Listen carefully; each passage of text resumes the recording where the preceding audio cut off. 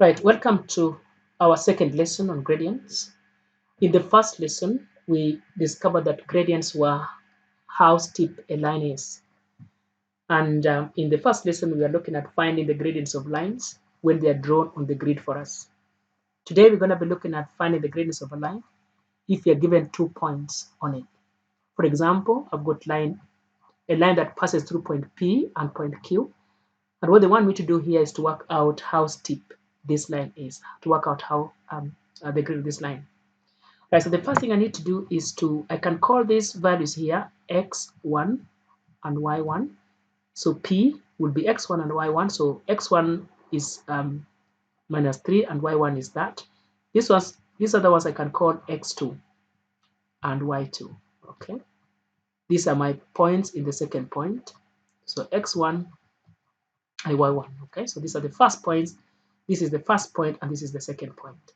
Now to find the gradient, remember the gradient is how many steps you make along the y-axis divided by how many steps you make along the x-axis. So the gradient will be how many steps I'm making along the x-axis, along the y-axis. So for y here, I'm at level 1 and I'm going to go to level 5, which means I'm making 4 steps. Okay. Now to do that mathematically, you're going to say that the value of y at point 2, take away the value of y at point 1, divided by the value of x at point 2, take away the value of x at point 1. So this is going to be the formula. Now, if you look at this one, from 1 all the way to 5, I'm making 4 steps because you do 5, take away 1. Okay. But as for this, from negative 3 all the way to 4, I'm actually making 7 steps. I'm not making 1 step, I'm making 7 steps. Right? And how do I do that? You take the value of x at point number 2 and you subtract the value of x at point number 1. Now remember, this is minus 3. Right? So 5 take away 1 is going to be 4. And 4 take away minus 3. If you use your number line, is going to be 7. So the gradient of this line is going to be 4 over 7. This is the formula to use. Now, thinking about the diagram that we could use for this, thinking about sketching this line in a diagram, we could have the diagram looking something like that. Okay, so point P is negative 3 and 1, and then point Q is 4 and 5. And all I will need to do is to find how many steps I'm making along the x-axis compared to how many steps I'm making along the y-axis. Okay. So the gradient is y at point 2, take away y at point 1, divided by x at point 2, take away x at point 1. The tools are normally basically the letters in the alphabet that's ahead. For example, Q comes before P, so P would be the ones and Q would be the twos. Okay, and you just use this method that I've explained to get the gradient. I would like you to pause the video and try question 4, please.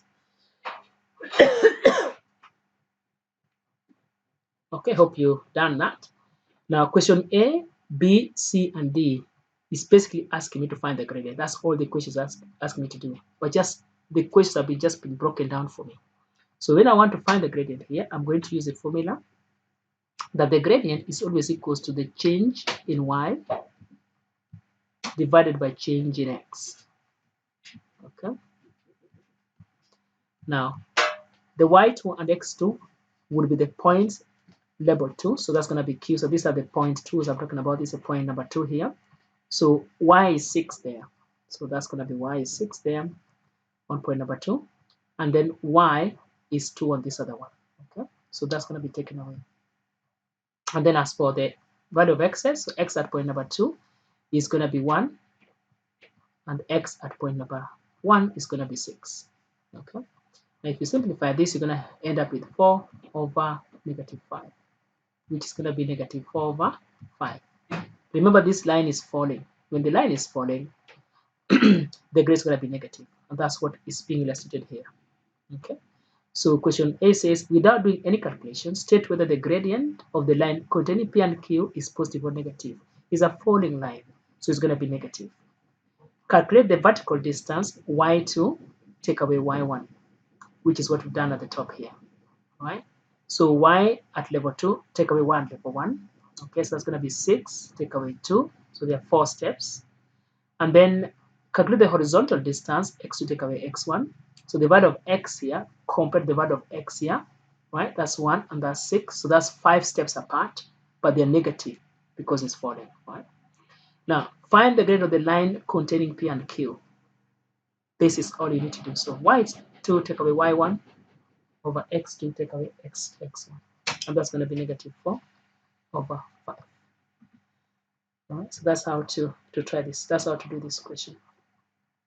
So if you want to pause the video and then try, yes, pause the video and try this. So pause the video and mark your work.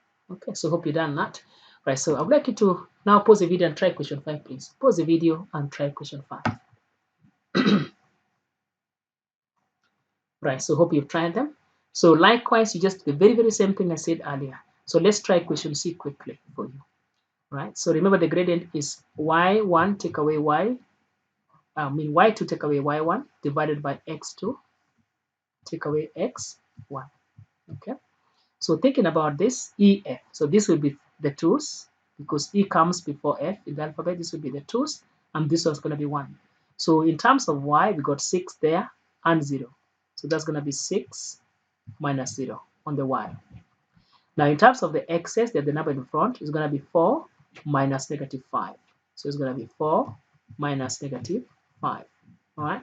The top we have 6 and the bottom we don't have 1, we have 9 because minus minus becomes plus, so it's 9. Now if you simplify this, dividing by 3, 3 goes into 6 twice and 3 goes into 9 3 times. So the gradient of this one is going to be 2/3, which means that for every 2 steps you're making across the x-axis, you're actually climbing 3 steps. Okay. Now the same you do with these ones. These will have negative gradients because they are lines that are falling. Right. So I want you to pause the video and just mark your work, please. Pause the video and mark your work. Okay, we're going to move over to the next one. Right, so I would like you to pause the video now and try question 6 by yourself. So pause the video and try question 6. Pick 2 points and just subtract them. Okay, so I hope you've tried that.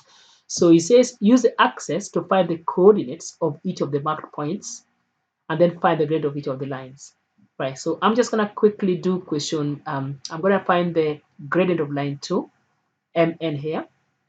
Right, so again, the gradient always equals to y2 take away y1 divided by x2 take away x1. Okay, so the ones would always be here, they're going to be m because m comes first before n in the alphabet, but actually it doesn't really matter how you're doing it because it's just going to sort itself out. So at point m, the value of y is 30, right? So it's going to be 30 there.